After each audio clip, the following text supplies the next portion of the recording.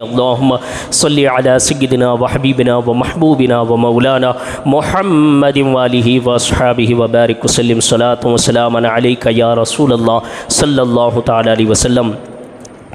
میری الگ تیاری تھی، لیکن اسناد کے پڑھنے کے بعد کچھ اور ماحول بن گیا ہے، کچھ اور کیفیت بن گیا، اور حقیقت یہ ہے کہ جب ایک مسلمان کعبے کے ان رونقوں کو سنتا ہے، کعبے کی ان بہاروں کو سنتا ہے، صفا مروہ کے ان جلووں کو سنتا ہے، میزاب رحمت کے برساتے ہوئے بارشوں کو دیکھتا ہے، حتیم کعبہ اپنے آغوش میں لیے ہوئے ماں کی طرح محبت کرنے کو دیکھتا ہے، مقام ابراہیم جب نماز قبولیت کے ایک ذریعہ بنتے ہوئے دیکھتا ہے، جب آب زمزم ایک مسلمان کو صحت یاب کرتے ہوئے دیکھتا ہے، جب منا، مزدلفہ، عرفات جیسے مقدس مقامات میں پہنچتا ہے اور وہاں کے پر نور مناظر دیکھتا ہے، تو ایک مسلمان کی کیفیت الگ ہو جاتی ہے۔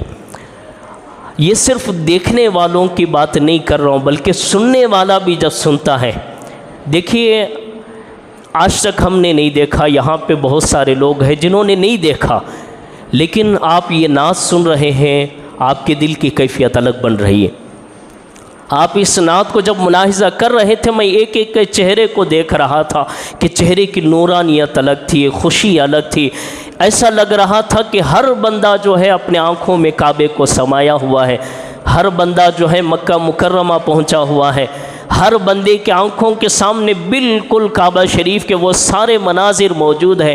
اور کیوں نہ ہو، جب ایک مسلمان، ایک مومن کے سامنے اللہ کے گھر کی بات کی جاتی ہے، کعبہ شریف کی بات کی جاتی ہے، تو پھر اس کے دل کی کیفیت بدلتی ہوئی نظر آتی ہے۔ میرے بھائیوں، کعبہ شریف اللہ تعالیٰ کا گھر، وہ گھر ہے، اور وہاں کے جتنے بھی شعائر اللہ ہیں، اللہ کی نشانیاں ہیں، ہر ایک نشانی کی اپنی اپنی فضیلت ہے۔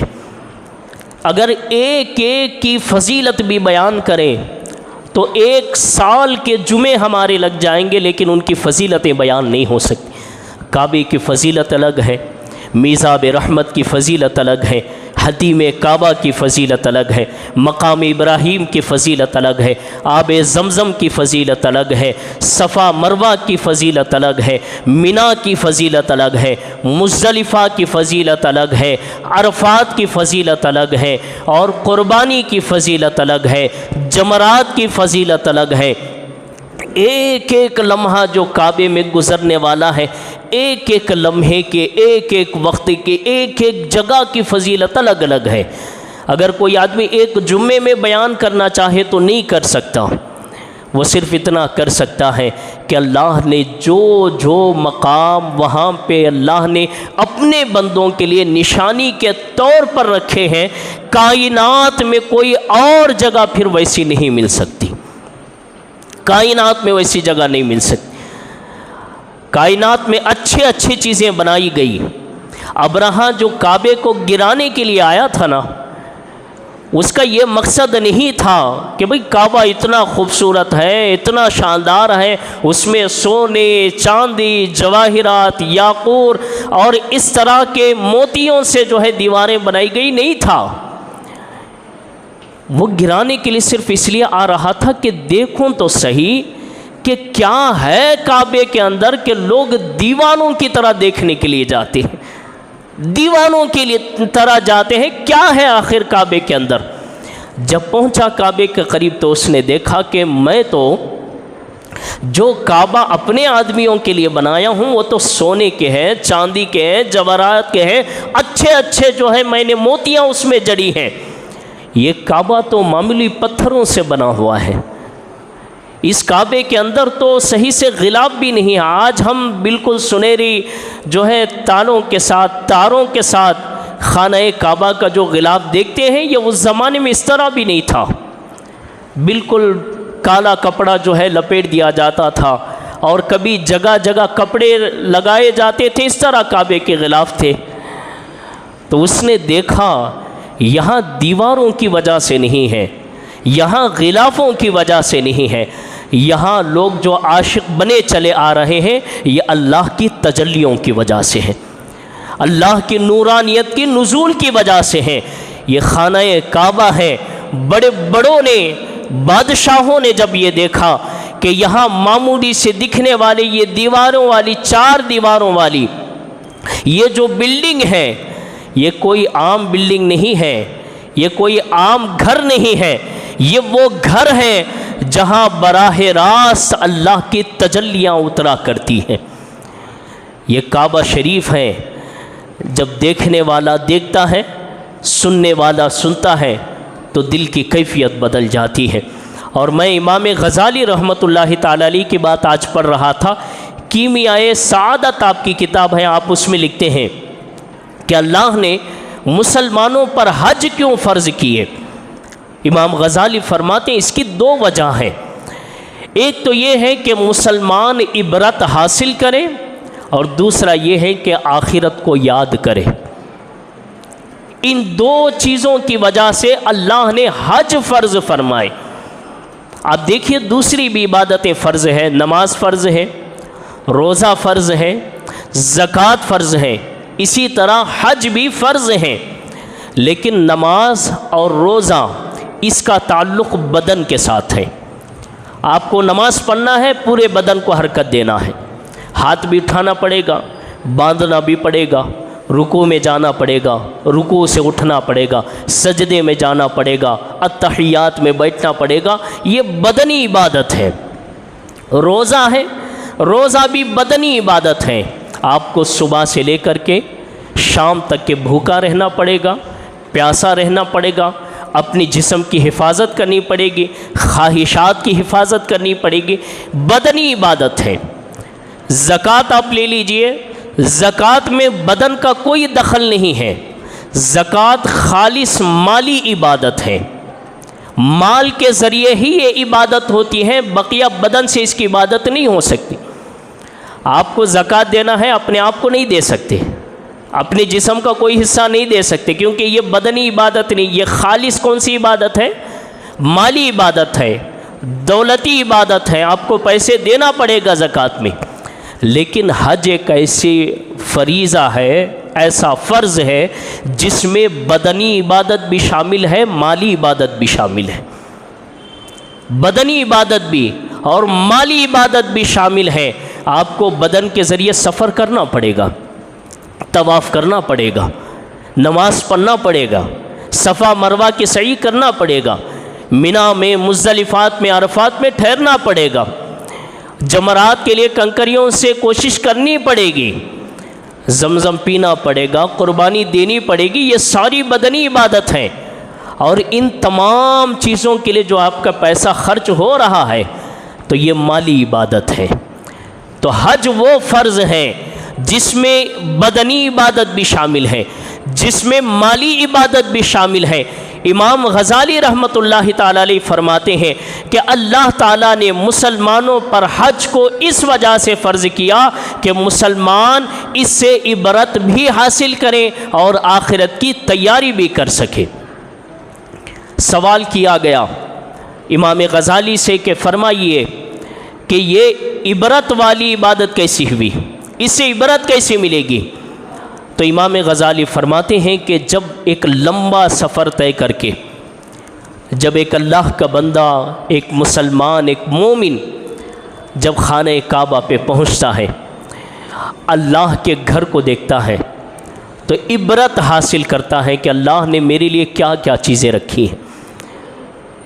پھر جب وہ زمزم پیتا ہے تو اللہ تعالیٰ عبرت رکھا ہے اس چیز میں بھی کہ اللہ نے ایک انسان کے لیے پینے کی کتنی خوشبودار اور کتنی شفا یاب پانی کا انتظام کیا ہے۔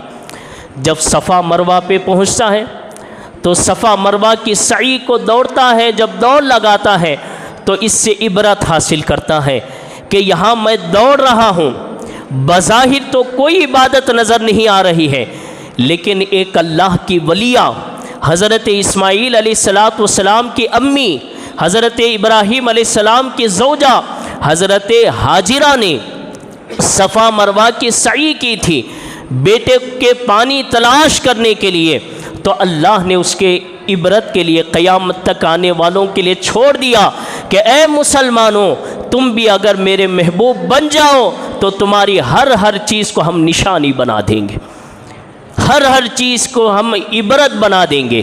اسی طرح دیکھیے، منا جاتے ہیں، مزدلفہ جاتے ہیں، عرفات میں ٹھہرتے ہیں، قربانی کرتے ہیں، جمرات میں کنکریاں مارتے ہیں، یہ ساری چیزیں کیا ہیں؟ عبرت حاصل کرنے والی چیزیں ہیں کہ اللہ کے محبوب بندوں نے اللہ کے لیے جو قربانیاں پیش کی، اللہ تعالیٰ نے ان قربانیوں کو اپنے بندوں کے لیے عبرت بنا دیا، نشانیاں بنا دی۔ اسی لیے اللہ تعالیٰ ارشاد فرماتا ہے قرآن مجید میں، ان الصفا والمروۃ من شعائر اللہ، بے شک یہ جو صفا ہے اور یہ جو مروہ ہے اللہ کے شعائر یعنی اللہ کی نشانیوں میں سے ہے۔ پھر آگے امام غزالی فرماتے ہیں کہ ایک تو عبرت ہے اور دوسرا آخرت کی تیاری یہ بتاتا ہے۔ آخرت کی تیاری کیسے؟ سوال ہوا تو امام غزالی فرماتے ہیں آخرت کی تیاری اس طرح ہوتی ہے کہ جب بندہ گھر سے نکلتا ہے سفر حج کے لیے، عمرے کے لیے، کیا کرتا ہے؟ بیوی بچوں کو چھوڑ دیتا ہے، گھر بار کو چھوڑ دیتا ہے، کاروبار کو چھوڑ دیتا ہے، نوکری کو چھوڑ دیتا ہے، دوستوں کو چھوڑ دیتا ہے، اس دنیا کو چھوڑ کر صرف اللہ کی بنائی ہوئی دنیا کی طرف جاتا ہے۔ تو امام غزالی کا نقطہ دیکھیے، امام غزالی کے سمجھانے کا انداز دیکھیے۔ امام غزالی فرماتے ہیں حج جانے والے کے لیے، عمرہ جانے والے کے لیے یہ آخرت کی تیاری ہے، اس کو سوچنا چاہیے۔ جس طرح میں گھر چھوڑ کے جا رہا ہوں، بیوی بچے چھوڑ کے جا رہا ہوں، کاروبار چھوڑ کے جا رہا ہوں، نوکری چھوڑ کے جا رہا ہوں، سب کچھ چھوڑ کے جا رہا ہوں، ایک دن ایسا آئے گا مجھے سب کچھ چھوڑ کے قبر کی دنیا کی طرف جانا پڑے گا۔ بزرگوں کے سوچنے کا انداز دیکھیے۔ آج اگر ہم حج کے لیے جاتے ہیں، عمرے کے لیے جاتے ہیں، ہم تو گھومنے کے ارادے سے جاتے ہیں، جناب ہم دیکھ کے آئیں گے کعبہ کیسا ہے، ہم دیکھ کے آئیں گے مدینے کیسا ہے، ہم دیکھ کے آئیں گے صفا کیسا ہے، مروہ کیسا ہے۔ ہم تو گھومنے کے ارادے سے جاتے ہیں، ہم تو صرف نظاروں کے ارادے سے جاتے ہیں، نہ عبرت حاصل کرنے کے ارادے سے جاتے ہیں، نہ آخرت حاصل کرنے کے ارادے سے جاتے ہیں۔ بزرگوں کے اندر سوچنے کا انداز الگ تھا۔ اسی طرح امام غزالی فرماتے ہیں کہ جب سفر شروع کرتا ہے بہترین کپڑا وہ جو بھی پہنتا تھا، ہزاریں رکھ کے جو کپڑا پہنتا تھا، پہنتے کہ نہیں پہنتے؟ ہزاروں کے کپڑے پہنتے ہیں، لیکن جیسے ہی کعبہ شریف کی زیارت کے لیے حاضری کا موقع ملتا ہے، کتنے بھی قیمتی کپڑا ہو، قیمتی کپڑا اس کو بازو میں رکھنا پڑے گا، 2 سفید کپڑے، ایک لنگی اور ایک رومال اوڑھنا پڑے گا، ہے کہ نہیں ہے؟ امام غزالی فرماتے ہیں یہ بھی انسان کے لیے آخرت کی تیاری ہے، انسان کو یہ میسج دیتا ہے کہ اے انسان، ایک دن آئے گا تیرے جسم سے کپڑے اتار لیے جائیں گے، پھر تجھے سفید کفن میں لپیٹ دیا جائے گا۔ اللہ اکبر، کیا سوچ ہے! میں پڑھ رہا تھا نا، میرے ایک رونگٹے کھڑے ہو رہے تھے۔ ہمارے بزرگوں کے انداز کیا ہے، ان کے خیالات کیسے ہیں، تصورات کیسے ہیں ان کے۔ ایک سفید کپڑا پہن کے چل رہا ہے سب کو چھوڑ کے، تو یہ نصیحت دے رہا ہے سفر حج اور سفر عمرہ کہ اے لوگوں، تمہیں بھی ایک دن اسی طرح سفید کپڑا کفن کے طور پہ پہن کے سب کو چھوڑ کے جانا پڑے گا۔ اور پھر جب وہاں پہنچتا ہے، کوئی بھی حاجی کتنا بھی کمزور ہو، کبھی وہ یہ نہیں سوچتا کہ میری عبادتیں کمزور ہوں۔ آپ یہاں پہ بہت سارے لوگ ہیں، بڑی عمر کے لوگ بھی ہیں، عمرہ کر کے آئے ہیں، حج کر کے آئے ہیں، آپ بھی گئے ہیں۔ آپ نے کبھی سوچا کہ بھائی 7 طواف ہیں، میں 7 نہیں کر سکتا، چلو 6 کر کے تھوڑی دیر بیٹھ جاتا ہوں، پھر 7واں کر لوں گا؟ نہیں نا، کتنا بھی کمزور ہو وہ یہ کوشش کرتا ہے کہ پورا ادا کروں۔ ایسی ہے کہ نہیں ہے؟ صفا مروہ کی سعی کرتا ہے، کتنا بھی کمزور کیوں نہ ہو، کتنا بھی پتلا دبلا کیوں نہ ہو، کتنا بھی عمر دراز کیوں نہ ہو، وہ یہ کوشش کرتا ہے کہ پورے ادا کروں۔ منا میں، مزدلفہ میں، عرفات میں جب ٹھہرتا ہے، وہ یہ نہیں کہتا کہ چلو جی دھوپ زیادہ ہے، لوگ زیادہ ہیں، بھیڑ لگی ہوئی، بعد میں آ جاتا ہوں، نہیں، وہ یہ کوشش کرتا ہے کہ کچھ بھی ہو جائے، جان چلی جائے، لیکن ارکان ادا کرنا ہے۔ پھر وہ جمرات پہ پہنچتا ہے کنکریاں مارنے کے لیے۔ وہ جو شیطان ہے وہ بڑا فاصلے پر ہے، اس کی دیوار بڑے فاصلے پر ہے۔ وہ یہ نہیں کہتا کہ بھائی میرا ہاتھ تو وہاں تک نہیں پہنچ سکتا، میری طاقت تو وہاں تک نہیں پہنچ سکتی، چلو یہیں پھینک لوں گا۔ وہ کوشش کرتا ہے کہ میری ایک ایک کنکری جا کے شیطان کو لگے۔ کرتا ہے کہ نہیں کرتا ہے؟ کتنا بھی کمزور ہو، کتنا بھی پتلا دبلا ہو، کتنا بھی عمر دراز ہو، کوشش ضرور کرتا ہے کہ میری ایک ایک کنکری شیطان کو لگے۔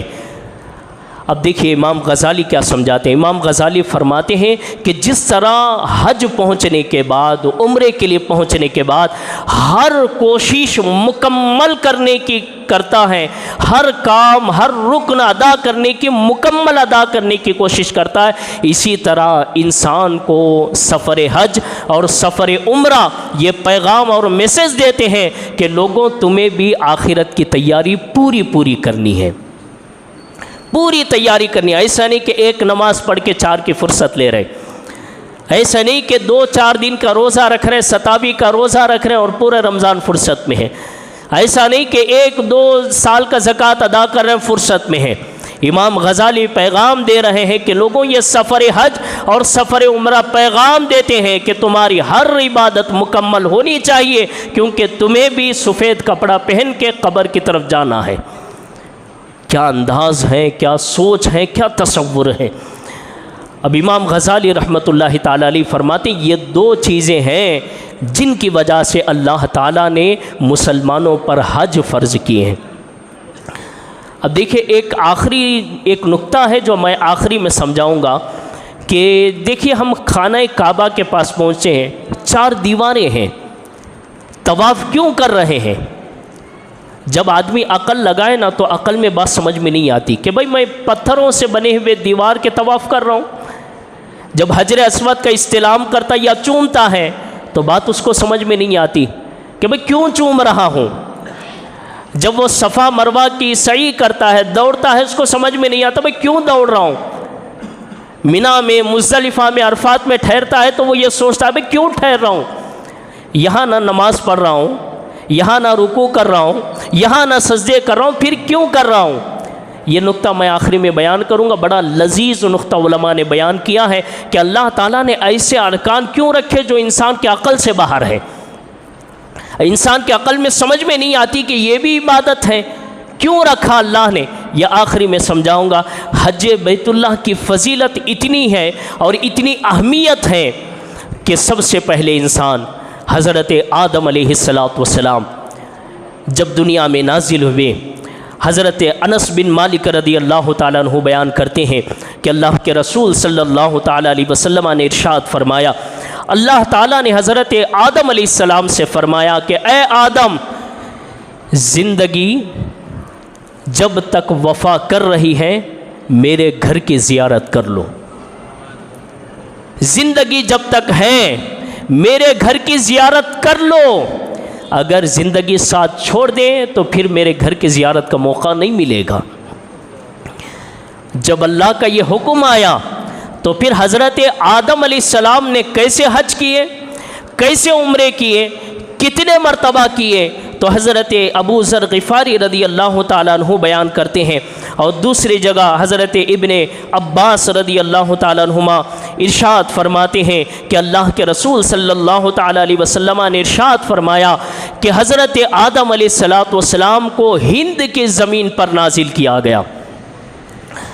جب سرزمین ہند میں حضرت آدم نازل ہوئے، اللہ کا حکم ہوا کہ اے آدم زندگی میں ایک مرتبہ میرا گھر دیکھ لو، تو حضرت آدم علیہ السلام نے 1 مرتبہ، 2 مرتبہ، 10 مرتبہ، 100 مرتبہ نہیں بلکہ 1000 مرتبہ ہندوستان سے مکہ شریف کی زیارت کے لیے حاضر ہوئے۔ کتنے مرتبہ؟ 1000 مرتبہ۔ اور پھر حضرت ابن عباس کہتے ہیں نبی نے فرمایا 1000 مرتبہ کعبہ شریف کی زیارت کے لیے حضرت آدم اونٹ پہ نہیں، گھوڑے پہ نہیں، کسی سواری پہ نہیں بلکہ پیدل چلتے ہوئے ہندوستان سے، ہندوستان کی سرزمین سے عرب کی سرزمین کا سفر کیا اور اللہ کے لیے اپنے قدموں سے چل کر اللہ کے گھر کی زیارت فرمائی ہے۔ اللہ اکبر۔ یہ ہے انبیاء کرام کے نزدیک کعبہ شریف کی اہمیت کہ حضرت آدم علیہ السلام 1000 مرتبہ پیدل چل کر اللہ کے گھر کو دیکھنے کے لیے جا رہے ہیں۔ نہ صرف حضرت آدم علیہ السلام بلکہ روایت میں آیا ہے کہ حضرت آدم علیہ السلام سے لے کر کے ہمارے پیارے آقا صلی اللہ تعالی علیہ وسلم تک ہر نبی کم و بیش 1,24,000 پیغمبر آئے ہیں نا، تو کم و بیش 1,24,000 پیغمبروں میں سے ایک نبی کو چھوڑ کر، بعض روایتوں میں ہے حضرت ہود علیہ السلام ہے اور بعض روایتوں میں حضرت صالح علیہ السلام ہے، ایک نبی کو خانہ کعبہ کی زیارت کا موقع نہیں ملا، باقی تمام نبیوں نے خانہ کعبہ کی زیارت بھی کی اور طواف بھی فرمایا ہے۔ اچھا سوال یہ ہوگا کہ وہ ایک نبی جنہوں نے خانہ کعبہ کی زیارت کے لیے حاضر نہیں ہوئے، یہ وجہ کیا تھی؟ تو جو تاریخ نگار ہیں، تاریخ لکھنے والے ہیں، سیر لکھنے والے ہیں، وہ فرماتے ہیں کیونکہ اللہ نے ان نبی کی ذمہ داری میں اتنے زیادہ ان کو ذمہ داری عطا فرمائی تھی، اتنے زیادہ ان کو وقت میں مصروف کر دیا تھا کہ ان کو دین کے کام کو نکال کر کعبہ شریف کی زیارت کو جانے کا موقع نہیں ملا۔ اس وجہ سے ان ایک نبی کو چھوڑ کر باقی جتنے پیغمبر آئے ہیں سب نے خانہ کعبہ کی زیارت کی۔ صحابہ کرام کو دیکھیے، سارے صحابہ کرام نے خانہ کعبہ کی زیارت کی، اور حضرت امام حسن مجتبیٰ رضی اللہ تعالیٰ مولا علی کے بیٹے، فاطمۃ الزہرا کے بیٹے، اللہ اکبر، حضرت امام حسن رضی اللہ تعالی عنہ کے حج جانے کا طریقہ کیا تھا؟ آپ نے اپنی زندگی میں 25 حج فرمائے ہیں۔ کتنے حج فرمائے ہیں؟ 25 حج فرمائے۔ ایک حج بھی آپ کے سواری پر نہیں تھا، بہترین گھوڑے تھے، بہترین اونٹ تھے، تندرست اور قیمتی اونٹ اور گھوڑے موجود تھے۔ جب حضرت امام حسن مجتبیٰ سے پوچھا گیا آپ کے پاس اچھے عمدہ سواری ہونے کے باوجود سفر پیدل کیوں کر رہے ہیں، تو آپ کے جملے سنیے۔ حضرت امام حسن مجتبیٰ نے فرمایا میں اللہ کے گھر کی زیارت کے لیے جا رہا ہوں، میں اللہ سے کلام کرنے جا رہا ہوں، اللہ کی تجلیات براہ راست حاصل کرنے جا رہا ہوں، مجھے شرم محسوس ہوتی ہے کہ اللہ کی بارگاہ میں سواری پہ بیٹھ کے جاؤں، مجھے شرم آتی ہے، اس لیے میں پیدل حج کرنے کے لیے چلا جاتا ہوں۔ 25 حج آپ نے فرمائے۔ اور آپ کا انداز کیسا تھا معلوم ہے نکلنے کا؟ آج ہم عمرے کے لیے یا حج کے لیے نکلتے ہیں نا تو کوئی خوف ہی نہیں ہوتا دل میں، کوئی ڈر ہی نہیں ہوتا دل میں۔ بھائی ہمیں خوف ہوتا ہے تو یہ کرے گھر چھوڑ کے جا رہا ہوں۔ میں آج عموماً آدمیوں کے جو دل کی کیفیت وہ بیان کر رہا ہوں۔ آج جب کوئی آدمی حج کے لیے عمرے کے لیے جاتا ہے، الا ماشاء اللہ کچھ لوگوں کو چھوڑ کر باقی سب لوگ یہ فکر کرتے ہیں میرے نوکری کا کیا ہوگا، دکان کا کیا ہوگا، بچے سنبھالیں گے کہ نہیں سنبھالیں گے، بیوی بچوں کا کیا ہوگا، گھر بار کا کیا ہوگا، آؤں گا کہ نہیں آؤں گا۔ یعنی آج اگر ہم نکلتے ہیں نا تو ہماری پورے خیال، ہمارا پورا ذہن جو ہے دنیا کی طرف لگا رہتا ہے۔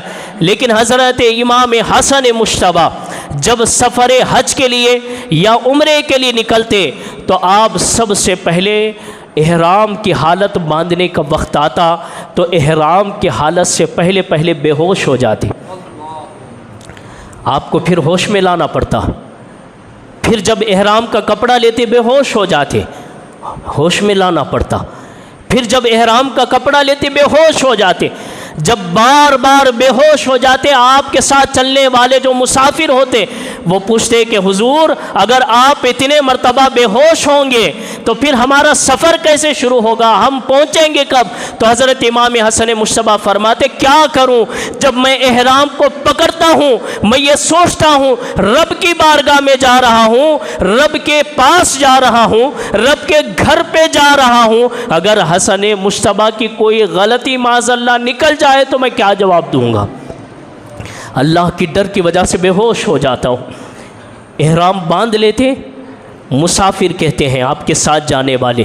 سفر شروع ہوتا, ہم سب لبیک پڑھتے, لبیک اللہم لبیک لبیک لا شریک لک لبیک ان الحمد والنعمت لک والملک لا شریک لک لبیک اللہم لبیک. یہ پڑھتے ہیں نا, تلبیہ پڑھتے ہیں, لبیک پڑھتے ہیں. تو ہم جب لبیک پڑھتے ہوئے گزرتے تھے, امام حسن مجتبیٰ کو دیکھتے کہ لبیک نہیں پڑھ پاتے تھے. آپ لبیک کہتے تھے, زوردار آنکھوں سے آنسو بہہ جاتے, پھر اپنے آپ کو سنبھالتے, پھر لبیک کہنے کی کوشش کرتے, زوردار آنکھوں سے آنسو نکل جاتے, پھر لبیک کہنے کی کوشش کرتے, یہاں تک کہ ایک لبیک بھی آپ کا پورا نہیں ہوتا کہ آدھا سفر ہمارا طے ہو جاتا. اتنا روتے اتنا روتے. ہم نے پوچھا کہ اے نبی کے نواسے, اے علی کے بیٹے, اے فاطمہ کے لختے جگر, اے حسین کے بھائی حسن, اس طرح کیوں روتے ہو؟ ایک مرتبہ بھی لبیک نہیں پڑھ پاتے ہو, کیوں روتے ہو؟ حضرت امام حسن کا جملہ سنو, لبیک کا مطلب ہے میں حاضر ہوں. اے اللہ میں تیری بارگاہ میں حاضر ہوں, میں اس لیے لبیک نہیں پڑھ پا رہا ہوں, لبیک کہتا ہوں. تو معنی یہ ہے کہ میں تیری بارگاہ میں حاضر ہوں. اگر میرا رب واپس جواب یہ دے لا لبیک میرے بندے تو حاضر ہے لیکن میں تیرے لیے حاضر نہیں ہوں, اگر میرا رب یہ کہے تو میں کیا ہو جاؤں گا, میری کیفیت کیا بنے گی؟ دیکھیے صحابہ کرام اور اولیاء کے اندر جو ہے نا حج اور عمرے کی ایک تڑپ کیسی تھی, حاضری کا انداز کیسے تھا. اور آج ہم کیسے کہ خانہ کعبہ پیٹھ کے پیچھے سیلفی لے رہے ہیں, مقدس مقامات پیٹھ کے پیچھے اور فوٹو لے رہے ہیں, اور پوری دنیا کو جو ہے نا ہم یہ بتانے کی کوشش کر رہے ہیں کہ جناب ہم پہنچے یہاں. یہ پہنچے ہوئے ٹھیک ہے, کس کو بتانے کے لیے پہنچا ہے؟ دیکھو ایک چھوٹا سا واقعہ بتا کے احادیث ابھی میں شروع بھی نہیں کیا ہوں, میں صرف کعبہ شریف کی فضیلت بیان کر رہا ہوں. ایک چھوٹا سا بچہ تھا, جب باپ نکلا نا خانہ کعبہ کی زیارت کے لیے تو بیٹے نے پوچھا کہ ابا جان کہاں جا رہے ہیں آپ؟ تو باپ نے کہا کہ میں اللہ کے گھر کی زیارت کے لیے جا رہا ہوں. تو بیٹے نے کہا ابا جان مجھے بھی تو لے جائیے, میں بھی اللہ کے گھر کی زیارت کروں گا. اللہ اکبر. باپ بیٹے نکلے, چھوٹا سا بچہ تھا, باپ بیٹے نکلے, خانہ کعبہ کی زیارت کے لیے پہنچے. 7 طواف مکمل ہوئے, باپ سلامت ہیں, بیٹا بے ہوش ہو کے گرا, روح قبض ہو گئی, روح قبض ہو گئی. وقت کے ولی پہنچے قریب, بچے کو اٹھانے کی کوشش کی, نہیں اٹھا, انتقال ہو چکا تھا.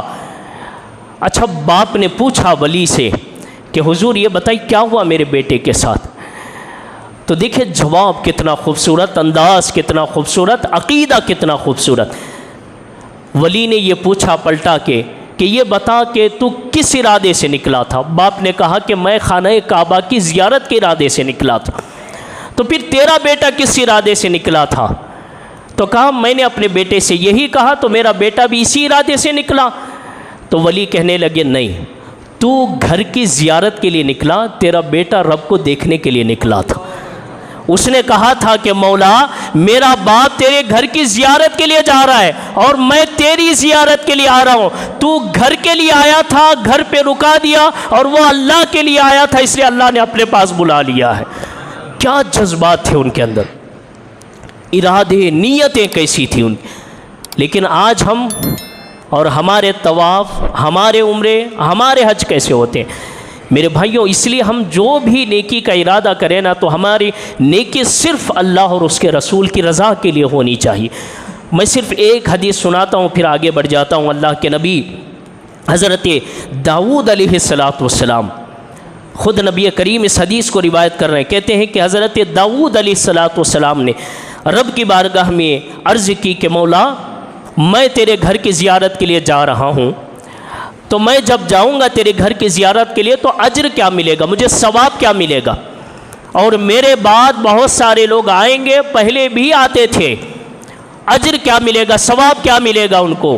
تو حضرت داؤد علیہ السلام سے اللہ فرماتا ہے کہ اے داؤد میرے گھر کی زیارت کرنے والوں کا اجر یہ ہے کہ جب وہ میرے گھر کی زیارت کر لیتے ہیں تو میں ان کو ایسے گناہوں سے پاک کر دیتا ہوں جیسے آج ہی ماں کے پیٹ سے پیدا ہوا. اور جب وہ قیامت کے دن مجھ سے ملنے کے لیے آئے گا تو میں اس کے تمام گناہوں کو بخش دوں گا، اس کو مغفور بنا کے میں اس سے ملاقات کروں گا۔ سبحان اللہ، اللہ اکبر۔ ایک روایت میں آتا ہے کہ خانہ کعبہ جو ہے نا، پہلے زمانے میں حضرت جابر روایت کرتے ہیں، اللہ کے نبی نے فرمایا کہ اس امت کے آنے سے پہلے، حضور کی امت سے پہلے، خانہ کعبہ رب کی بارگاہ میں شکایت کرتا ہے۔ شکایت کیا تھی؟ اچھا نبی کا انداز دیکھیے، نبی ارشاد فرماتے ہیں کعبے کی زبان بھی ہے، کعبے کے دو ہونٹ بھی ہیں۔ اب کعبے کی زبان کیسی ہے، کعبے کے ہونٹ کیسے ہیں، اللہ جانے، اللہ کا رسول جانے۔ ہمارا ایمان ہے، بس نبی نے فرما دیا سچ ہے۔ نبی ارشاد فرماتے ایک زبان ہے، دو ہونٹ ہیں، اور اس نے اپنی زبان سے اپنے لبوں کو حرکت دیتے ہوئے کہا کہ مولا یہ کیسے لوگ ہیں جو میری زیارت کے لیے نہیں آتے ہیں، مجھے دیکھنے نہیں آتے ہیں۔ تو اللہ نے کیا فرمایا معلوم ہے؟ ہم خوش نصیب ہیں۔ بولیے، حضور کے غلام ہیں اس لیے خوش نصیب ہیں۔ نمازوں سے خوش نصیب نہیں ہے ہم، روزوں سے خوش نصیب نہیں ہے ہم، حجوں سے خوش نصیب نہیں ہے ہم، عبادتوں سے، تسبیحات سے، تہجدوں سے خوش نصیب نہیں ہے ہم خوش نصیب ہیں صرف اس لیے کیونکہ ہم مصطفیٰ کے غلام ہیں۔ ہم خوش نصیب ہیں صرف اس لیے کیونکہ ہم مصطفیٰ کے امتی ہیں۔ اللہ نے فرمایا اے کعبہ فکر نہیں کرنا، یہ لوگ جو گزر چکے ان کو تیری تڑپ نہیں تھی، ہم ایک امت نازل کریں گے، تجھے دیکھنے کے لیے دیوانوں کی طرح بےتاب ہو کے آئیں گے، بےتاب ہو کے آئیں گے۔ آج دیکھیے حج کے لیے ہم جب حساب لگاتے ہیں، گورنمنٹ جب لیسٹ چھوڑتی ہے، 40 لاکھ لوگ جا رہے ہیں خانہ کعبہ کی زیارت کے لیے۔ خانہ کعبہ وسیع ہوتا جا رہا ہے، کیوں ہو رہا ہے؟ کیونکہ اللہ نے اس امت کو وہ فضیلت عطا فرمائی اپنے محبوب کے صدقے۔ اللہ نے فرمایا کہ اے محبوب آپ کی امت کو ایک دو بار نہیں، اگر کوئی سچے دل سے ارادہ کرے تو ہم بار بار اس کو ہمارے گھر کی زیارت عطا فرمائیں گے، آپ کے در پہ حاضری کا موقع عطا فرمائیں گے۔ جو میں نے آخری میں نقطہ بیان کیا تھا وہ نقطہ بیان کر کے تقریر ختم کر رہا ہوں۔ میں نے کہا تھا کہ یہ حج جو کرتے ہیں، طواف کر رہے ہیں، حجر اسود کو چوم رہے ہیں، صفا مروہ کی سعی کر رہے ہیں، مینا مزدلفہ عرفات میں ٹھہر رہے ہیں، جمرات میں کنکریاں مار رہے ہیں، بھائی عقل اس کو قبول نہیں کرتی، یہ بھی کوئی عبادت ہے؟ چکر کیوں لگا رہے ہیں؟ قرآن تو کہتا ہے پتھر کے چکر لگانا شرک ہے، پتھر کو اگر ثواب کی نیت سے چومنا شرک ہے۔ کسی پتھر کو جو ہے نا سعی کرو گے، تم دوڑو گے کسی پتھر کے ارادے سے، تو اللہ فرماتا ہے یہ شرک ہے۔ کہیں ٹھہرو گے پتھروں کی جگہ تو شرک ہے، پتھر کو پتھر ثواب سمجھ کے مارو گے تو شرک ہے۔ اب اللہ تعالیٰ کے کلام سے پوچھو کہ اے مولا، اے قرآن، اے مولا کے کلام، یہ بتا کہ اللہ تو فرماتا ہے پتھروں کو مارا نہیں جا سکتا، پتھروں کا طواف نہیں کیا جا سکتا، پتھروں کو چوما نہیں جا سکتا، پھر کعبے کو کیوں چوما جا رہا ہے، حجر اسود کو کیوں چوما جا رہا ہے، صفا مروہ پہ کیوں دوڑا جا رہا ہے، پھر جمرات میں کیوں مارا جا رہا ہے؟ تو اللہ کا کلام کہتا ہے من شعائر اللہ، یہ اللہ کی نشانیاں ہیں، اللہ کی نشانیاں ہیں۔ اب قرآن سے ہی پوچھو اللہ کی نشانیاں کیسی ہوئی؟ ابراہیم علیہ السلام نے بنایا ہے، ابراہیم علیہ السلام انسان ہے۔ حجر اسود آدم علیہ السلام لائے ہیں، انسان لائے ہیں۔ صفا مروہ پہ حضرت ہاجرہ نے دوڑ لگائی ہے، انسان ہے۔ مینا مزدلفہ عرفات میں حضور ٹھہرے ہیں، آدم علیہ السلام ٹھہرے ہیں، حضرت حوا کی ملاقات ہوئی ہے، انسان ہے۔ حضرت ابراہیم علیہ السلام نے کنکری مارے ہیں، انسان ہے۔ تو پھر اللہ کی نشانیاں کیسی ہوئی؟ تو اللہ یہ پیغام دے رہا ہے کہ اے باہر رہنے والوں، میرے گھر کو دلیل بنانے والوں۔ آج لوگ کہتے ہیں نا کہ بھائی سعودی میں تو وہاں مزار نہیں ہے، سعودی میں تو وہاں اللہ والوں کو اس طرح نہیں کیا جاتا، سعودی میں تو وہاں چادریں نہیں چڑھائی جاتی، سعودی میں تو وہاں پہ یہ نہیں ہوتا، وہاں پہ وہ نہیں ہوتا۔ اللہ پیغام دے رہا ہے میں اپنے گھر کے پاس بھی بلاؤں گا تو اپنے محبوبوں کی نشانیوں پہ گھماؤں گا تجھے۔ یہ میں جتنے بھی ارکان جو گھما رہا ہوں نا، طواف کرا رہا ہوں، یہ میرے محبوب کی نشانی ہے، جو میری نشانی ہے۔ یہ جو غلاف کعبہ جو ڈالا ہوا ہے تو بڑے زور سے چوم کے رو رہا ہے، اور کچھ ایسے بھی بد نصیب لوگ ہیں جو کعبے کے پاس تو جاتے مدینہ نہیں جاتے۔ افسوس ہے ان کی قسمت پہ کہ تیری قسمت پہ افسوس ہے کہ نبی نے تجھے بلایا نہیں، اور اللہ تعالیٰ بھی دیکھو، اللہ تعالیٰ گھر پہ ضرور بلا لیتا ہے، اپنے حبیب کے دربار پہ سب کو نہیں بلاتا۔ مولا علی فرماتے نبی کے جسم پاک پہ اللہ تعالیٰ مکھی کو بھی بیٹھنے نہیں دیتا۔ جو اللہ اپنے نبی کے جسم پہ مکھی کو بیٹھنے نہیں دیتا، اس کے سرزمین پر، اس نبی کے سرزمین پر کیسے کسی ناپاک کو آنے دے سکتا ہے؟ لوگ تو یہ کہتے ہیں میں نہیں جا رہا ہوں، بدقسمت تو نہیں جا رہا ہے، رب تجھے نہیں بلا رہا ہے اپنے حبیب کے دربار پہ، کیونکہ تو لائق ہی نہیں ہے اس کے۔ اور ہم سنی الحمدللہ اس لائق ہیں اور اتنے خوش نصیب ہیں کہ اللہ فرماتا ہے ایک دو بار نہیں، تو میرے حبیب کے ارادے سے آیا، بار بار میں اپنے حبیب کا چوکر تجھے عطا کروں گا۔